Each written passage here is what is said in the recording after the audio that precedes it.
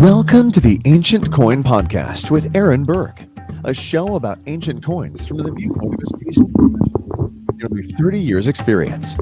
Here's Aaron Berk and Mike Nottleman on the Ancient Coin Podcast.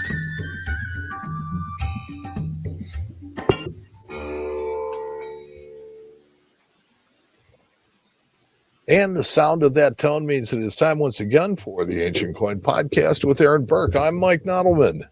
I must be Aaron Berk. You must be. And do we got it? Yeah, we're on the right sides again tonight. Okay.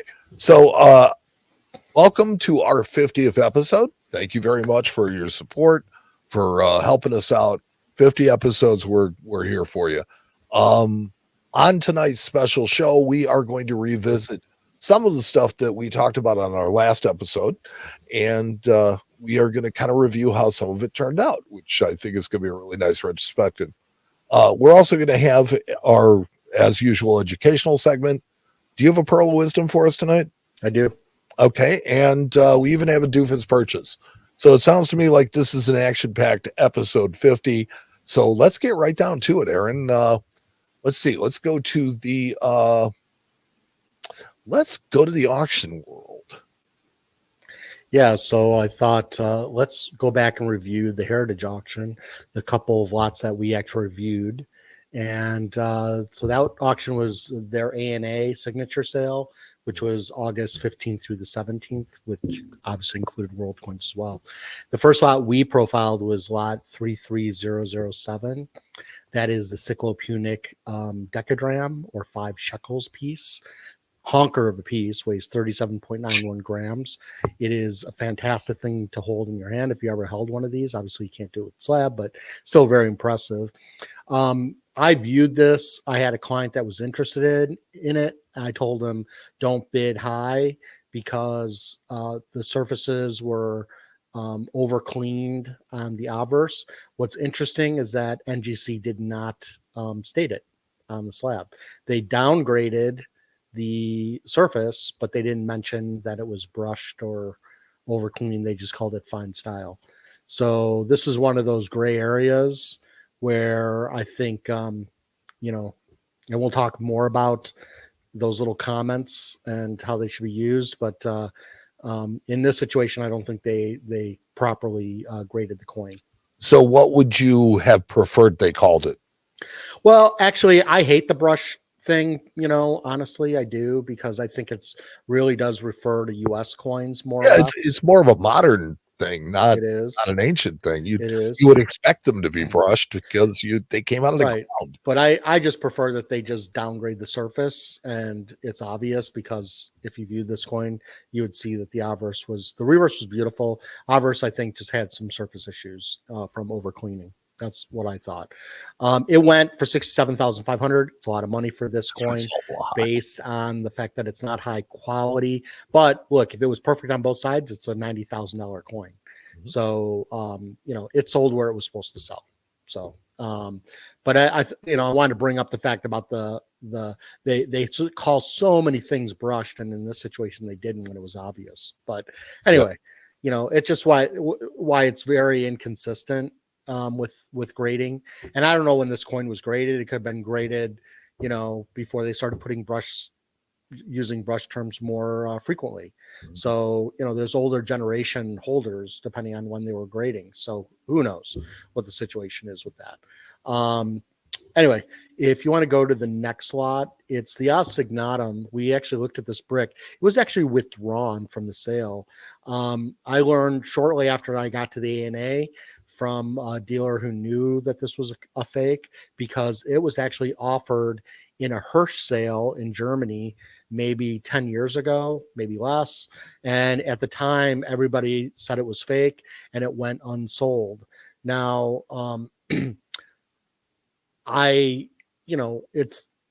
stinks that Heritage had to have a fake in their sale and withdraw it, but they did the right thing by withdrawing it, because here's the problem, guys, is that Hirsch may have been told that it was a fake and they kept it in and nobody bought it. And so it just went unsold. Well, it makes it look like there's a auction record. Yeah, there's an auction record out there that states that it went through the auction without issue.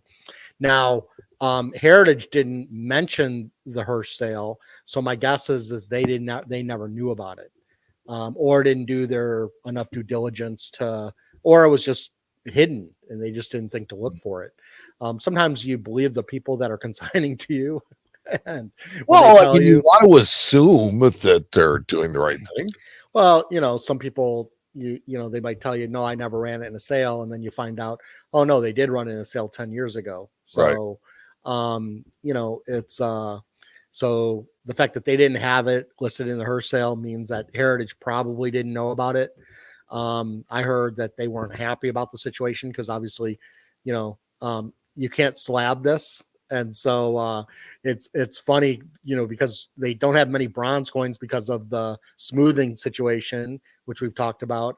And here they don't, NGC doesn't slab cast coins. So none of the Osgrov series, Osignatums, none of that stuff they slab. And so, of course, the one bronze unslabbed coin in the sale gets pulled as a fake. So in any case, stinks, but this is the nature of the business, and the community came together. It wasn't an NGC thing; it was a community thing. This is the way it's always done before slabbing took place. Is that an auction would come out, and people would basically come around that were premier experts and say this is fake because of this, this, and this. And if there was enough consensus, then the piece was withdrawn. That was the old. And as long as everybody's honorable, it's all good. Right. And the only one that really loses out in that situation, obviously, the auction house, because they lose out on their commission, but the person who obviously owns it is out any possible chance of ever selling this now, because now now there'll be a record all over the place that this piece has been withdrawn. So and when a piece has been withdrawn 99.9% of the time, it's because it's fake. It was fake. Sometimes it's for legality issues. Maybe somebody consigned something and they didn't actually have clear title to sell it. So sometimes things have to be withdrawn for that reason, for legality issues, but that's rare. That's very rare. So you can assume if something was withdrawn, that it was probably because it was fake. So anyway, if we want to move on to the next lot, one coin that I loved, and they actually had it as brushed, and we talked about how fantastic the style was on both sides of this coin for Judea Capta of this type. And obviously people took me to heart because or they didn't listen to me at all and they just were going to bid this anyway. Yeah. This one for a really, really crazy price, went for 140,000 all in. That's a lot of money for that coin. Yes, but sir. It's a fantastic coin. It really is a fantastic coin. And sometimes, those one of a kind type pieces, it's really hard to put a price tag on it because they come up so infrequently. It's hard to find fault in this. I mean, the beading around the border might be it. That's about the only thing you could really find to fault the coin. Well, there's some scratches on the coin, and that's what they're talking about with the brush. But I viewed this coin, and you can see the scratches, and you don't really care because the artwork is so beautiful that you just it doesn't matter that there's scratches. It really doesn't. I mean, that reverse of Judea is one of the best ones. Oh, I see where you're talking about scratches and stuff. Yeah, there's a big scratch right on the reverse. Yep. So, but that's, it's the nature of ancient coins. They come out of the ground. You get that on a US coin, it's a big problem, but in ancient coins, it's not that big of a deal because we don't focus so heavily on grade all the time like they do with the slabs. Yeah. So in any case, if we go to the last one we profiled, that was lot 33063, the very ugly Titus Coliseum Cistercius. It went for 5,000. I mean, that's what it's worth, raw or slabbed, doesn't matter. So when it's 1 of 5. Yeah, when a famous coin is ugly, I think the prices are probably the same whether it's slabbed or not. So, I mean, I may have if I owned that coin, I might have put it out at 6,500 and probably would have sold for 4,500 or 5,000. So in the end, it's the same. I don't know how they can call this a strike 5 of 5. Well, yeah. Remember, I know it's been a while, but we talked about that for a while. I know. Episode 49. And yes, I agree with you. I agree with you.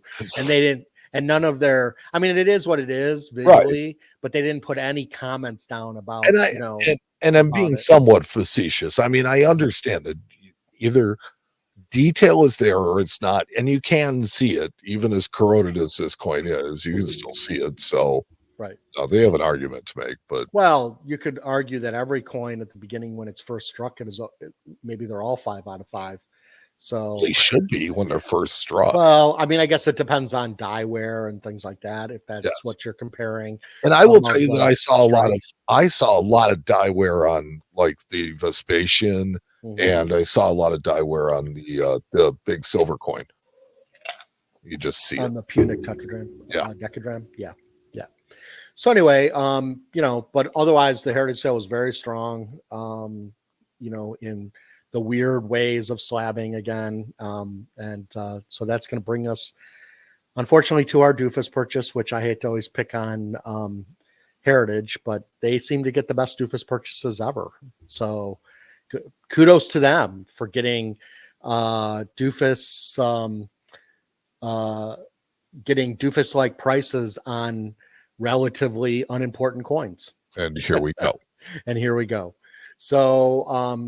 So this was in the same sale.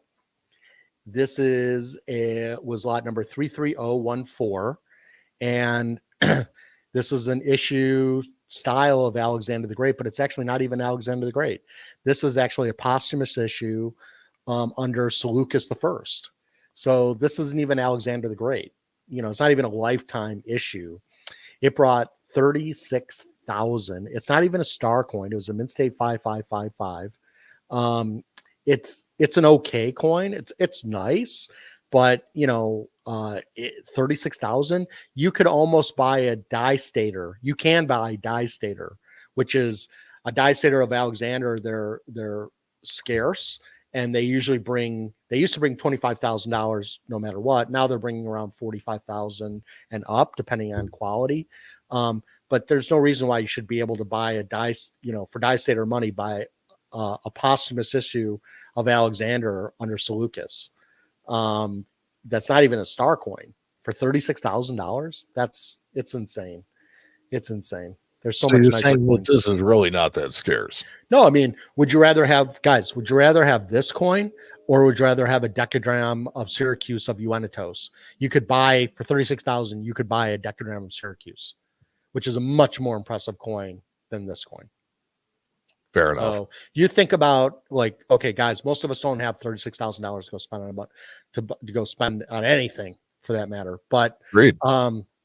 But if you had 36,000, is this the coin you're buying? I don't think so. And that's why it's a Doofus purchase. So,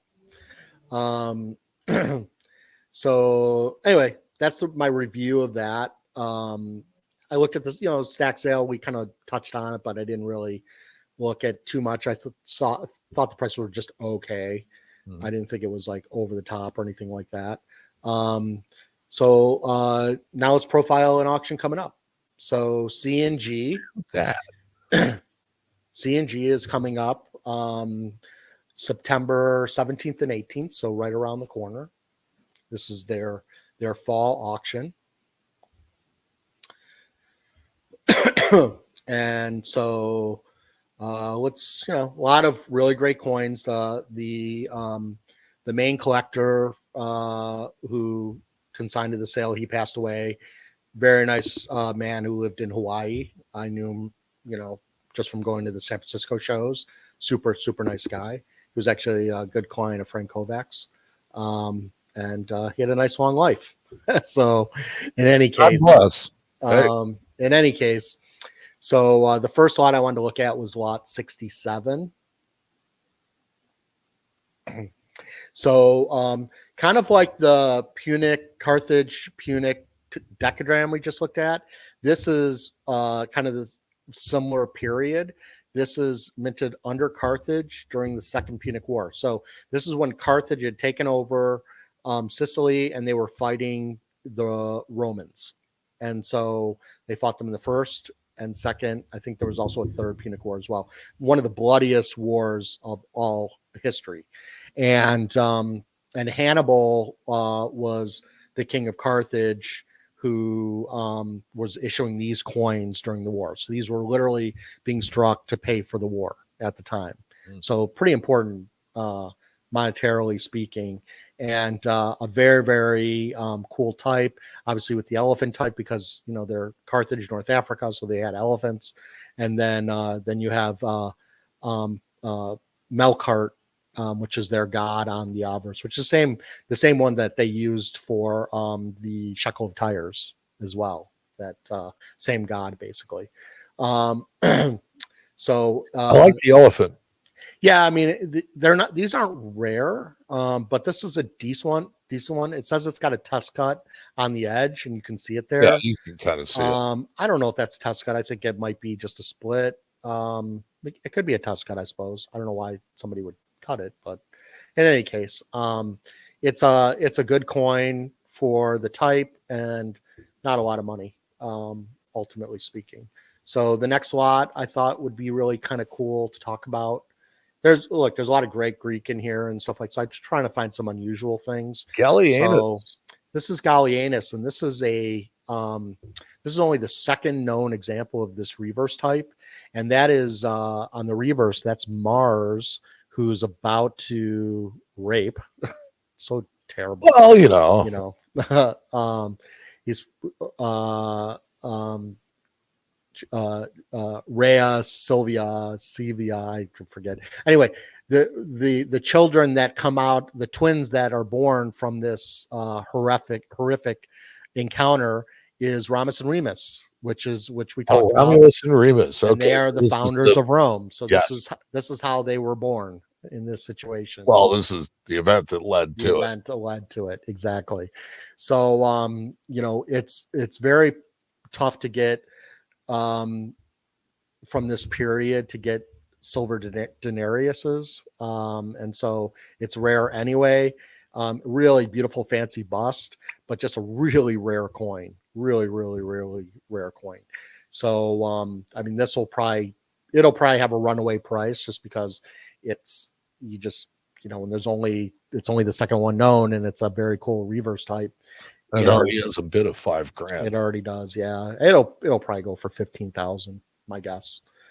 Could even go higher. It depends. You only need two to tango, as they say. So, and then the last lot I wanted to talk about, which I thought was interesting, is it's broken, guys. It's clipped there. Broken, but that's Carausius, and that's also a denarius, which is extremely rare. This is it's a unique example with that reverse, with that type. So it is the only one in existence. Is that a lion? It's a lion, yes. That's a lion on the reverse. And so so it's again, like NGC probably wouldn't slab this coin because they would say it was damaged. This is an extremely important coin for numismatics. And so maybe they would slab it. I don't know. But if you base it on other things, look, that's the problem. Like if they're not willing to do with common coins, let's say you sent them a broken coin, they probably wouldn't slab it. But in this situation, they probably wouldn't either, because maybe they would say it's fragile or whatever the case might be. Well, let me ask you a question, because it's like, this will help me understand. Is this coin broken, or was it struck from an incomplete planchette? No, I think it's broken. Okay. Because that does make a difference. Yeah, it's broken. For sure it's broken. All right. So they're going to consider it damage, whereas I don't necessarily agree. Yeah, I mean, C&G basically said it was clipped, which is very interesting, because you could say, well, it's broken and the piece is lost in antiquity, right? But which is really the truth. But a nicer way of saying it's clipped, which is kind of like saying it was purposely done. I don't believe that was purposely done. I think that it just broke. That's all. Yeah. So So it's interesting how they clipped worded makes it. it sound like they're trying to call it a clip and a clipped planchet, which is not what this is. That's No, or there's a lot of, we'll see later in the, there's a lot of Byzantine gold that are clipped because they clip the gold, purposely, so it's but this wasn't done purposely. This was an accident. That was not in my, just the way the break looks. It's, these, the coins of this period were not well made metal wise. And so it's very common that they would be brittle and would break. So, but, we haven't really talked about it much, but, NGC does photo certs. And I think sometimes maybe it's better just to do a photo cert and not do the slab. If you want to get their opinion, but not have coins and slabs, maybe it's better just to get a photo cert. I haven't really looked into it if that's what they do, if they allow that. I'm pretty sure they do. But, maybe a photo cert is better for a situation like that. And maybe they would photo cert this and just say they can't put it in the holder, but they'll photo cert it. I would think that photo cert would be such a much better system for ancient coins, just overall. Yeah, I agree. Because then you're getting the opinion, right? You're not entombing it. You're not. You're just leaving it the way it is, and you're making a record of where it is, all that kind of stuff. I mean, the reason why NGC wouldn't want to do it on a mass level is because they would say that, well, you would then tamper with a coin, and you'd still have our grade and be selling it from the photo cert. And they would like to probably say, like, once it's out of the holder, they like to always say that they can change their minds, because if the coin was tampered with, which makes sense, then their grade would change.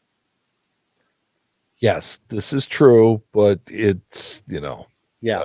So I think it's, that's why they would say no to it, but that's why you do it as a separate thing, is as just a photo cert. Right. That's all it's saying is this is the coin. Here's a photograph of it. It's genuine. Yeah, with no I guess they're reluctant to certify coins anyway, so I guess that's probably where their hang up is. Maybe. Yeah. So anyway, but this is the thing with when you're selling raw coins, you'll find coins like this all the time, and there'll be a lot of people that'll be excited to buy this coin that are pure collectors because they can say that they have the only known example. So, sometimes it's all supply and demand, right? I mean, okay, the gold Eidmar with the hole is the only one in private hands, so only one person can own it, and there's a lot of demand for that, so the price is really high. Here, yes, it's one of a kind, but it's not going to bring like $10,000 or even $2.5 million. Well, I mean, but all you really care is the coin genuine, right? And is it legal? Right. That's pretty much it. Right. So, and this one looks like, I think this coin, it's going to be in an upcoming catalog. Looks like it's going to be in the upcoming RIC volume, which is cool. So it's actually going to be illustrated as well, which is fun. All right, so that's the check out the C&G sale. That's going to be, like I said, that's in September 17th, 18th. We're almost there. We're getting close to Labor Day here, so yeah, we're getting into September. So that's going to bring us to our educational section. Okay. And I thought it'd be interesting to kind of I'm going to harp a little on NGC, but I mainly want to talk about the comments and what they all mean, and where they're positive, where they're negative, how do they help the industry, how do they hurt the industry, and really what's going on from a dealer's perspective. You guys and sometimes from a collector's perspective, it's really interesting, or at least it's helpful to know what all of this stuff really means. Yeah, so if you want to open up get the slideshow going, Mike, you can go full Monty on that one.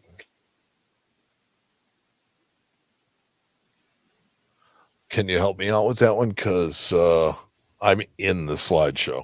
Oh, okay. Yeah, I can. Yes, And you then, can. let's see, we'll go full. All right. And then how do I? I'm good.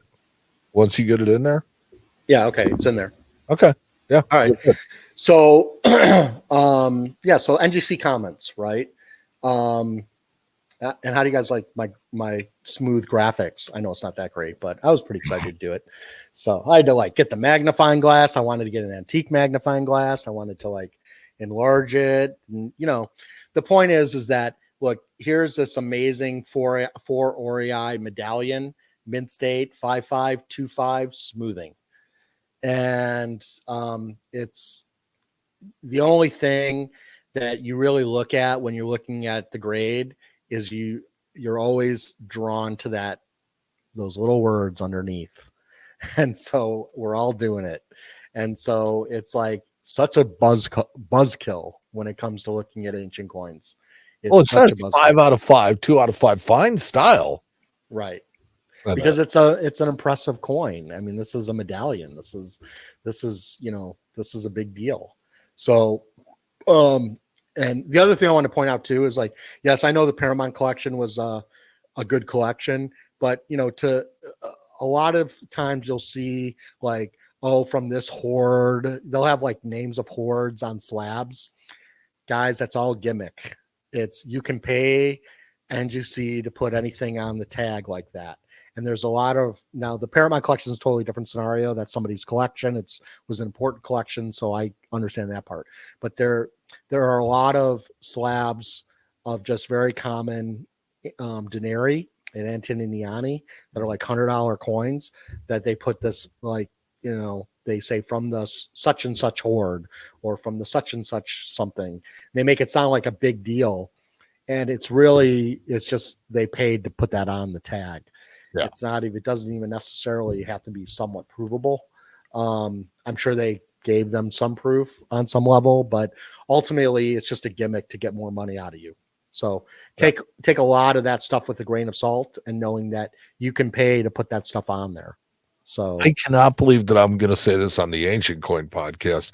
Buy the coin, not the holder. Correct. And that's always the case.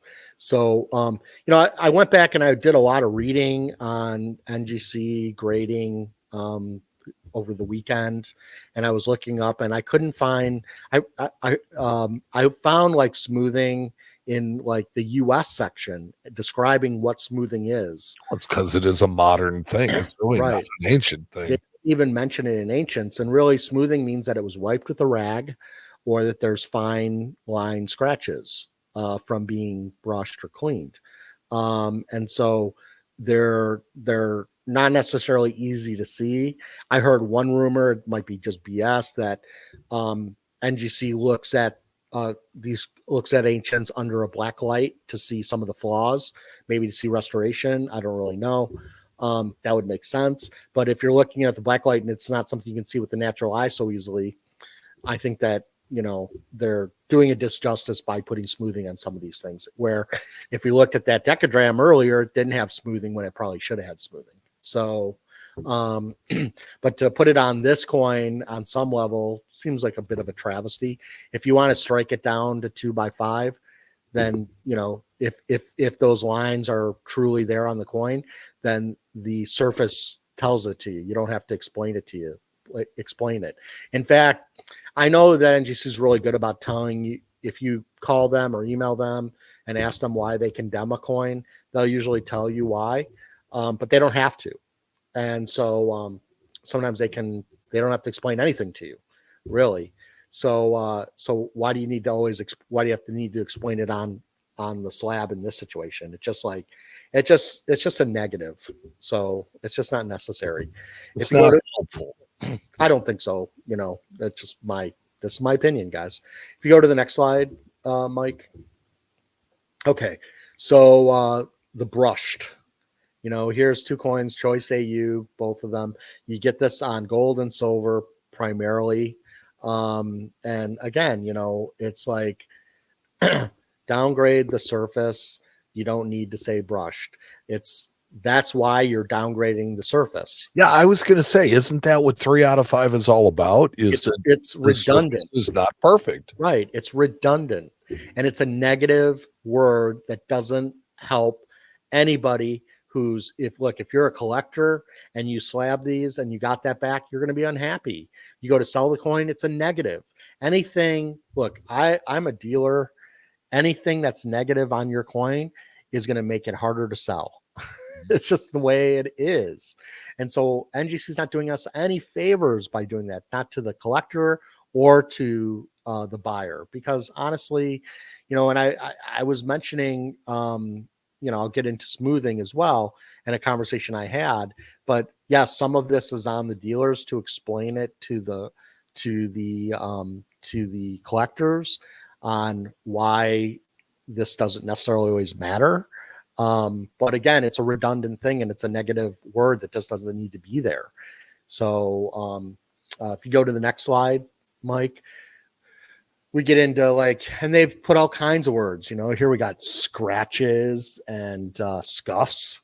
I mean, it's again, they downgraded the surface to 2 out of 5.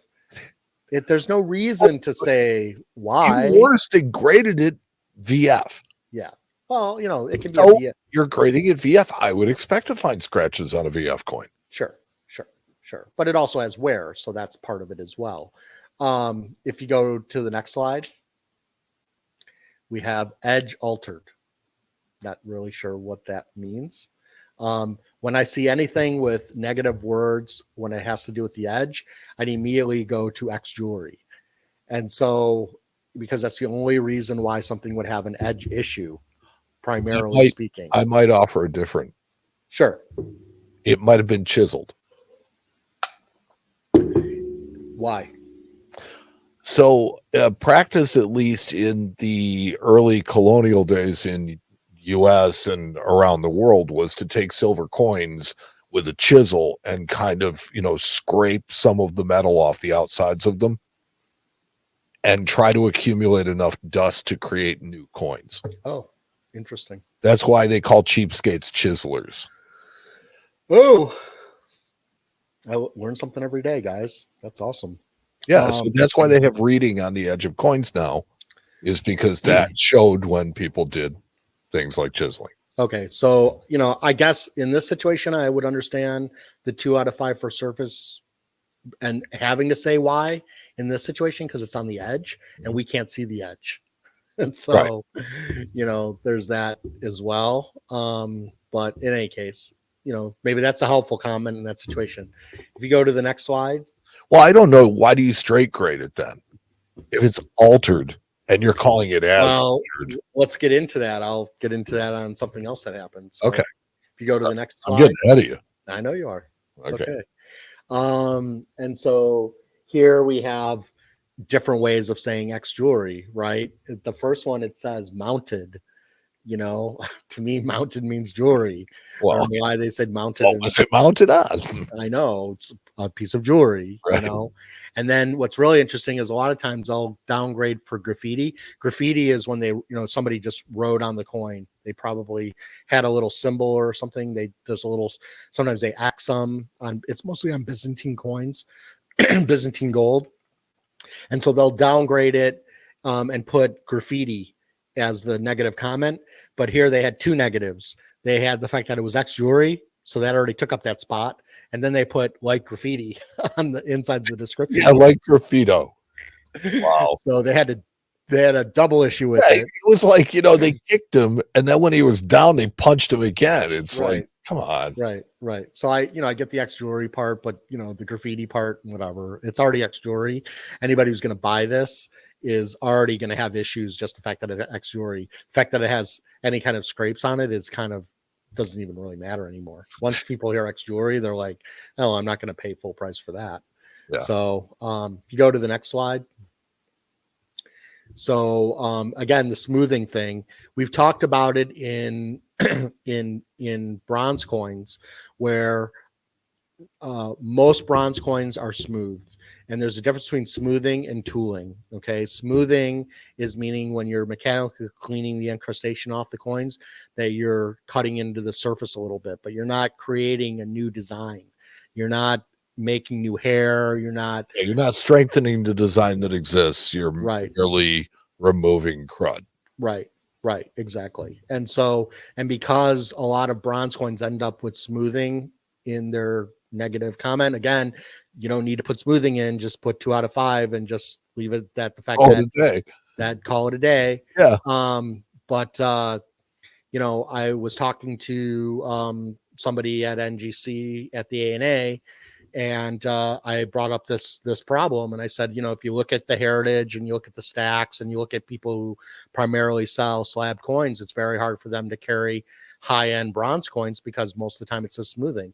And they told me it's up to the dealers to teach the collectors that it doesn't matter, that it's 90% of the coins. Yes. Pay no attention to the man. And so if you remember the magnifying glass that I put, that's symbolic to the fact that just the nature of slabbing means people are so hyper focused on the grade that any negative comment, those negative comments are going to hurt. And it's great for us, look, I don't have a problem selling slab coins, and I have, but I couldn't slab all my bronze coins and expect to do well with them. It's much better sold raw. And so they're not doing it. NGC is not doing a justice. They need to change how they slab, handle bronze coins as different how they handle gold coins or silver coins. It doesn't need to be perfect straight across the board. So I think they need to, make a variation to the way that they do that. Well, they certainly need to make it more collector friendly. Right. Well, and it's not. And there's most of our listeners can only afford bronze coins. And so, does that make you feel good, guys, to get back a coin that you spent your hard-earned money on and have it say smoothing? Most people would be like, well, I want to return that. Yeah. That doesn't help the dealers Can't I out get either. one without the smoothing, sir? Right. And, honestly, if somebody came to me and they said, hey, I bought that from you and you didn't say smooth, I'd say, well, they're all smooth. They're all smooth, and it's pretty pristine for the type, and they're being hypercritical. And I don't give guarantee on grade. I give guarantee on authenticity. So, and because NGC is only giving their opinion, they're not backing it either. Why should I lose money based on their opinion? Right. So in any case, sometimes you have to put your foot down with certain things. If it's a really good client and they're upset, I would probably, just crack it out and resell it. But ultimately you can't guarantee what you write and how you grade is the way that NGC is going to grade. Everybody has different standards. So that's why I always say grading is the last thing we look at. We all have our own internal grading scales in our head. Well, at least one would hope. Yeah. Well, with time you do. So go to the next slide.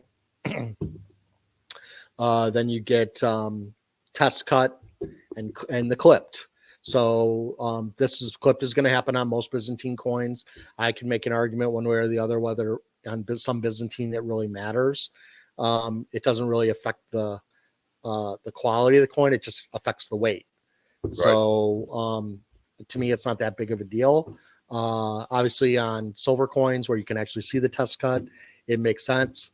But again, if the cut's pretty obvious, do you need to say test cut? I don't know. Do you? Maybe. Well, that one I'm gonna let him have. That one I'm gonna let him have because it's important, the difference between a test cut and a split.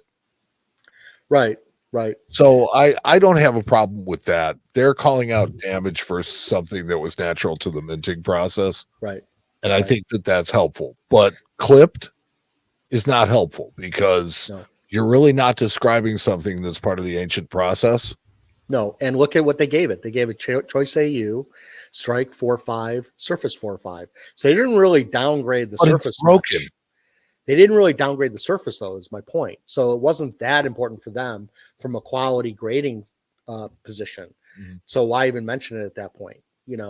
Other than the fact that, yes, for clip, you got to mention it maybe because why is it underweight?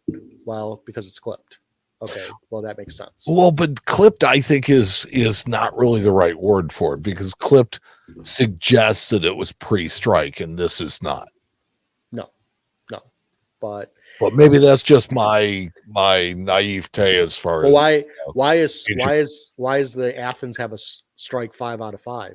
I don't understand that. well, I mean, that coin is not a 5 out of 5. No, I mean, know that. And we talked about this before. Is it 5 out of 5 because it's choice fine, and for a choice fine, it's 5/5.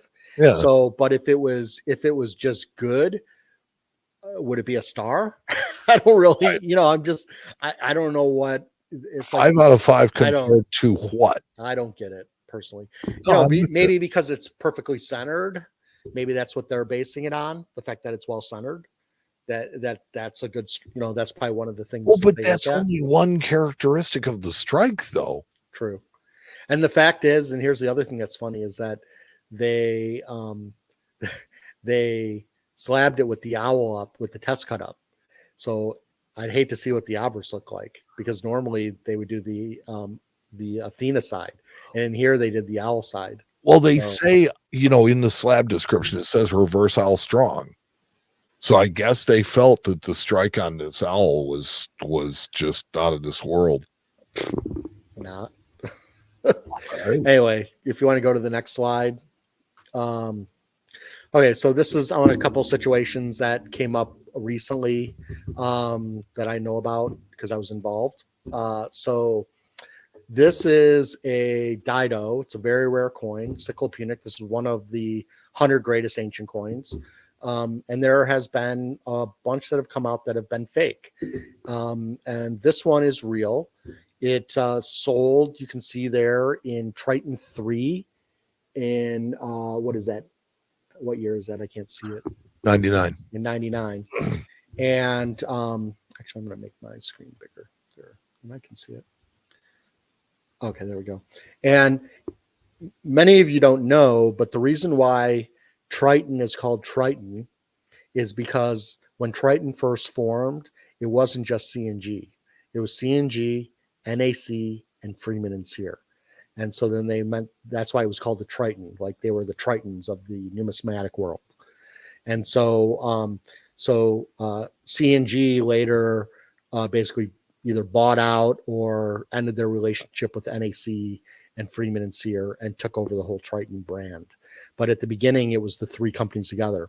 So you can imagine NAC, Freeman and Sear is no longer around, but NAC obviously is one of the probably more premier seller than CNG is. And so the fact that you had CNG and NAC together, and at the time when Freeman and Sear, before he went bad, he was a premier. He was one of the best dealers in the world, getting amazing coins. And so he just went down a dark path. So in any case, this coin was sent in and they said it was repaired. And so they wouldn't slab it. And so they said it was real. But if you look, there's that crease that kind of comes down the cheek. Yeah, it looks like a die crack. Right. And so they were saying that was filled.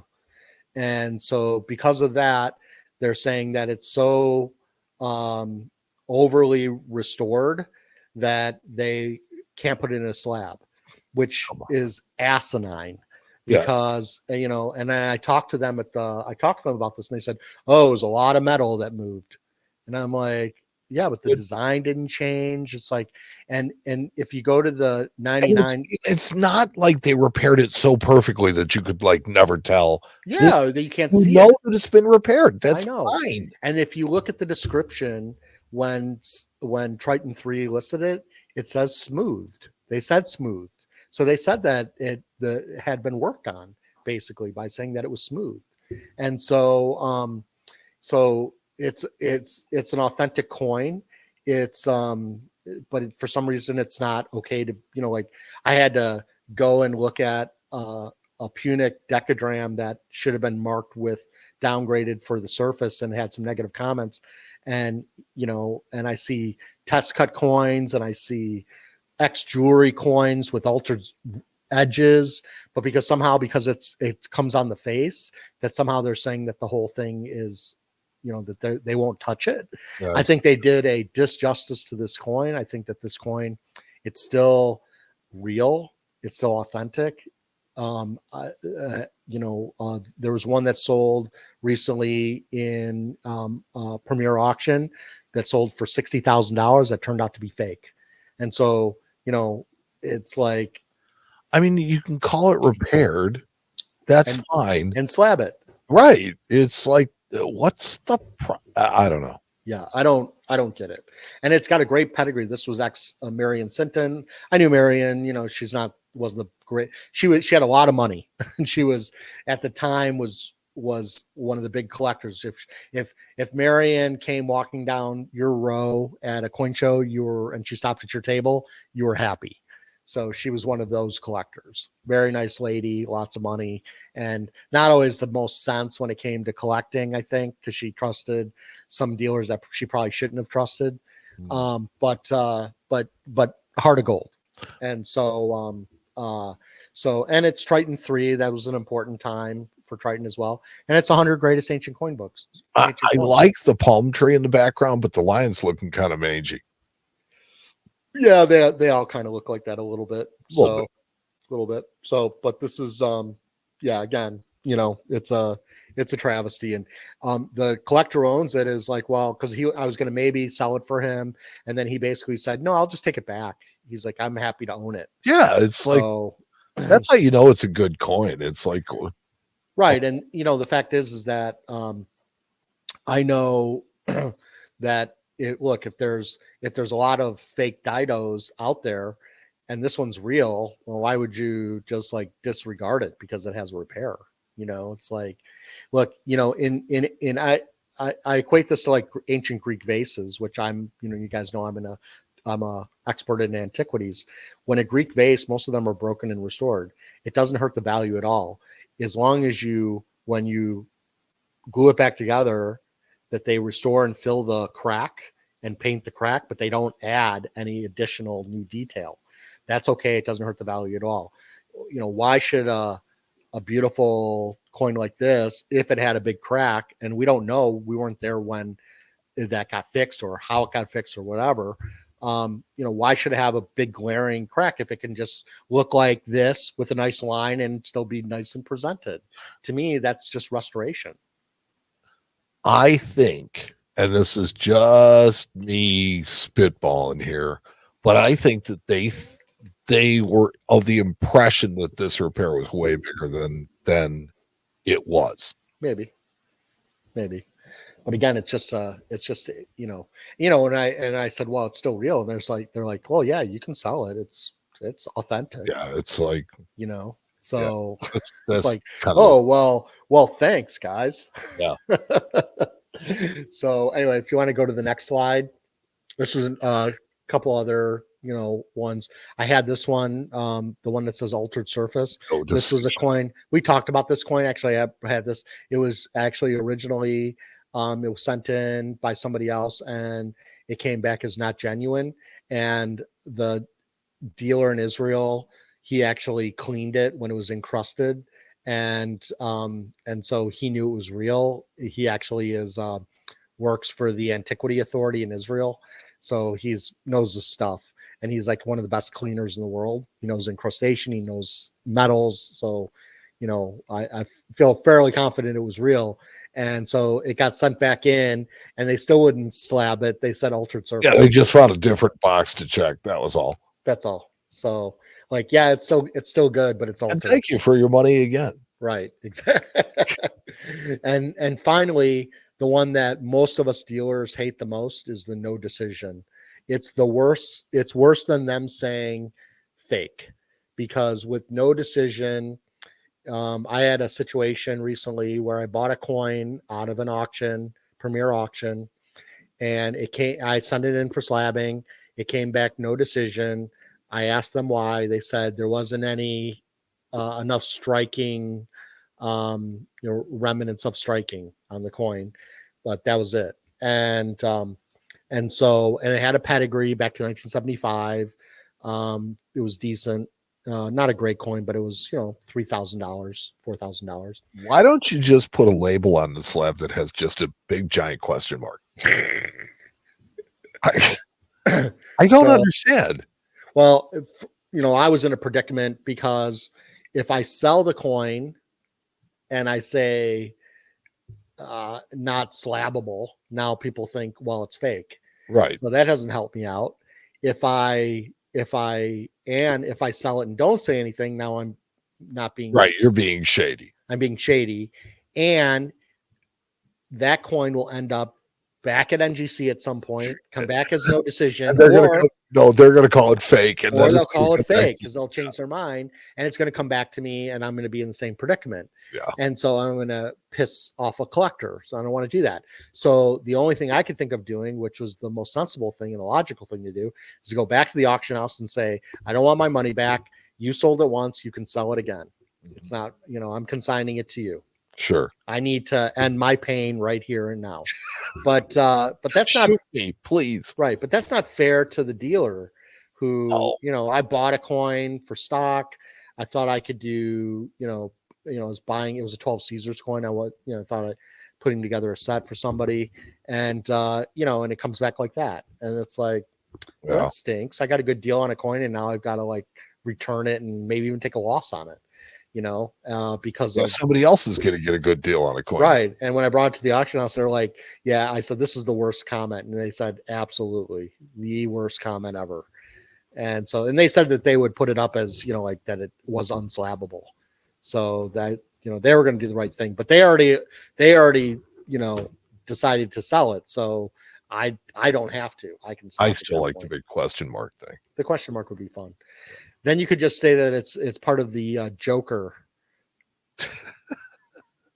there you go. brand, So anyway, so I know there's a lot of other little comments out there on the slabs, but I thought it'd be interesting to go through them and give some perspective on what I think and what I've heard in the marketplace and where they can make it better. And maybe they care, maybe they don't care. I don't know. But they're only helping us out, the dealers who like to still sell primarily raw coins, because they're not allowing a certain segment of the coins to be able to go for slabbing, because people are like, well, I don't want to send my bronze coins in because they're going to be negative comments on a lot of them. So, and hurt the value. And to be honest with you, that logic is perfectly sound. Mm-hmm. It's like, why would you bother? Yeah. So that's going to bring us to our pearl of wisdom. And I thought it would be interesting just to kind of touch on this, and because I do it every day, but for you guys as collectors, you can think just like us dealers. I mean, really, us dealers are just collectors that are making a living at it. But we're basically the same thing as you. Just a little more experience. We just have a wider net that we're going after for coins, and we're selling our coins all the time. So our collections are constantly changing. So, but I think the thing that no matter what level collector you are monetarily, I think that it's always important to look for trends in anything you're collecting. So when it comes to ancient coins, since this is the Ancient Coin podcast, thanks, Mike. So I'm constantly representing clients in auction. I'm buying in auction. I'm watching the trends. I can see what's happening and see when things start to move. And I get a feel for things based on what's happening from auction to auction, year by year. And so you can see, well, okay, well, we all know Greek silver has been very hot for a long time. Roman gold, not so hot in certain areas. I see some of it starting to pick up, but you see certain things like, and we talked about it. We've talked about it in past episodes. Certain raw coins have gone up, and that are common have gone up in price because of the slabbing market, because you get people that, oh, here's a big segment of coins that are interesting that I can buy for X amount, put them in slabs and make 3 times my money. Mm-hmm. And so, because a lot of them will come with nice surfaces, and I can get them into nice holders and make money off of them. And so you have to watch for those trends, because one example is like the Macedonia under Roman rule. Those coins were a $500 coin. Now, when they're really great, they're bringing $1,500, $2,000 for high grade, and it's still a $500 coin.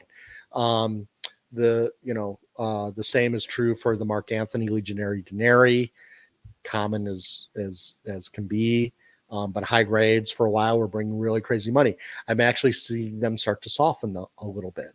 So the other ones was like the octograms of Egypt. They were going for ridiculous prices because of the slabbing market, and they were paying like $45,000-$50,000 for some of them, and they weren't worth that.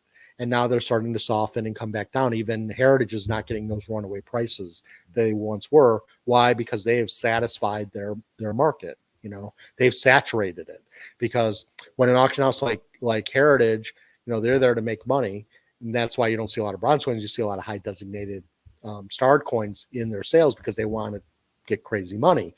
Right. And so they know they've got a large group of people that are looking for those coins, and it doesn't matter what the coin is. They just want to make sure that it has a star 5555. And so at the highest level.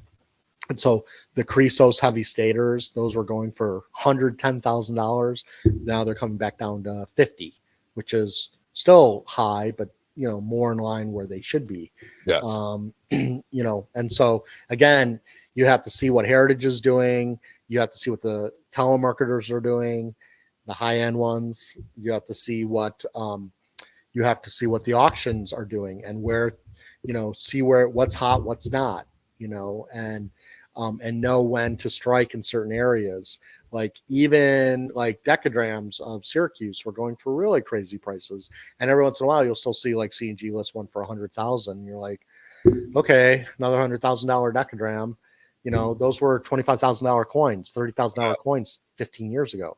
So, it's changed a lot, but still, I think that a decadram should be anywhere from 30 to 50. I think anything over 75, it really has to be a special coin. It really has to be special. So, because again, decadrams they're not rare. They're very common. So watching these trends in anything you collect is really important. The best place to do it is on Coin Archives or AC Search, and just look and see what the prices realized are. Watch the auctions and just see, and you start to learn. Like if I get a coin in now and I'll bring it to my dad, and he'll say, "Oh, it's this price," and I said, "No, not anymore. Prices have changed."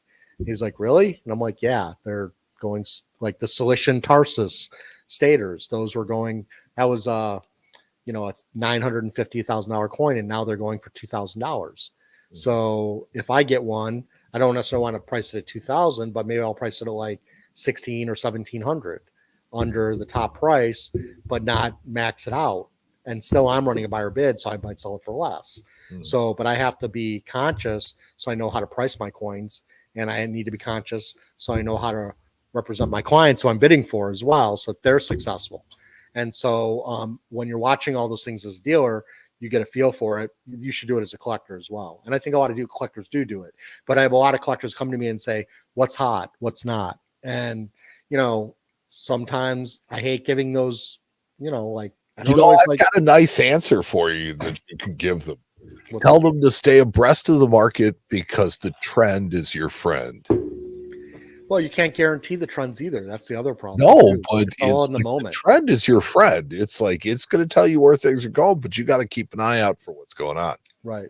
Well, it's funny too, because, like I have friends that are collectors that say to me, like, oh, if you see, like, is there any good deals in this auction coming up? I'm like, I don't know. Yeah. Why would I tell you if I did? Well, the thing is that you don't know if it's a deal until you bought the coin. Right. And but even if you thought something was flying under the radar, it's like, why would you just like, oh, well, here, it's like, why would you just take it? Here, take my profit. Yeah. But it's not even that so much as like a lot of times I go into an auction and I might come out buying 10 coins or 20 coins and thinking I'm not going to buy anything. And sometimes I go into auctions and don't buy a thing for stock. I might be representing other clients, and I'm sitting in the auction anyway, and I see something fall through the cracks, and I bid and I get it, and I'm like, wow, that was cheap, and it wasn't even something I was considering. But again, as a dealer, I have a wide net, right? And so it doesn't really matter. I'm just looking for deals, and so if the price is right, you're going to buy it. Right.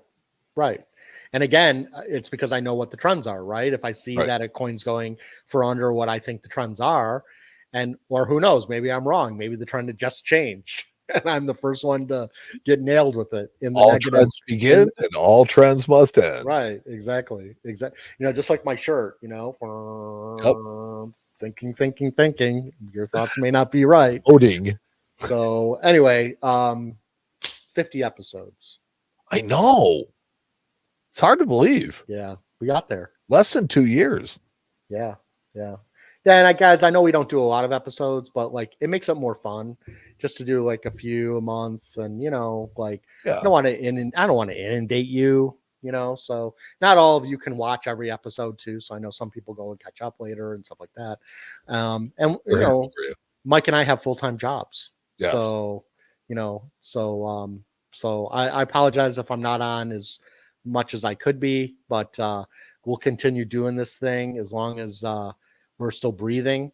Yeah, and, I mean, look, we do a show pretty much every other week, and that's unless something comes up, right? And it's like, so we took a couple of weeks off. We haven't really addressed it. It's like we took a couple of weeks off. I had a death in the family, and it's summertime. So the business is kind of slow, and Aaron needs a vacation. I need to take a vacation. So, now we're kind of back and we're recharged and we're ready to go. And it's really cool that it falls on our 50th episode. So I'm just stoked for the next 50. Yeah. We'll and hopefully in 2 years we'll be at 100. I mean, we've grown an awful lot for a very short period of time. Yeah. So thank you. Thank you. And it's all because of you guys. So thank you for your support. Thank you for all the kind words. Yeah. All the comments, all the emails and stuff like that. Everything, it's like Aaron's walking into places in Portugal and the guy's like, I know you, it kind of freaks us out, but it's really, really a blessing. And guys, I'm not like the most fantastic numismatist in the world, so I make mistakes, and so some of you catch them and you comment. Some of you say, I can't believe you didn't cover this or cover that. Like, okay, but that's what the comments are for. You're supposed to it's a community, guys. It's not my show, it's our show. It's all of our show. I'm just here as your humble guide. I'm just your humble guide, but ultimately you all have something to add. Yes. You all have something to build on to this thing we call hobby. And so thank you and appreciate all the kind words again, and allowing us to still feel excited to do this thing. Yeah. I like the analogy. It's like you're the tour guide, I'm the bus driver, and everybody else is along for the ride. Right. So thank you. Thank you for listening. And if you got nothing else, I don't. We will talk to you on episode 51 of the Ancient Coin Podcast with Aaron Berk. Let's see if I can find us an out here. Yeah, here it is. Bam. Thanks for listening to the Ancient Coin Podcast with Aaron Berk. We'll return with another episode soon. Meantime, you can join our private group on Facebook. Just go to facebook.com and search the Groups tab for Ancient Coin Podcast Discussion Group and ask to join. There you can become part of our community, where we share and discuss ancient coins, as well as the show, the ancient coin market, auctions, or just to give our own opinions on things in order to learn together. Join Aaron and Mike again soon for the next episode of the Ancient Coin Podcast with Aaron Berk.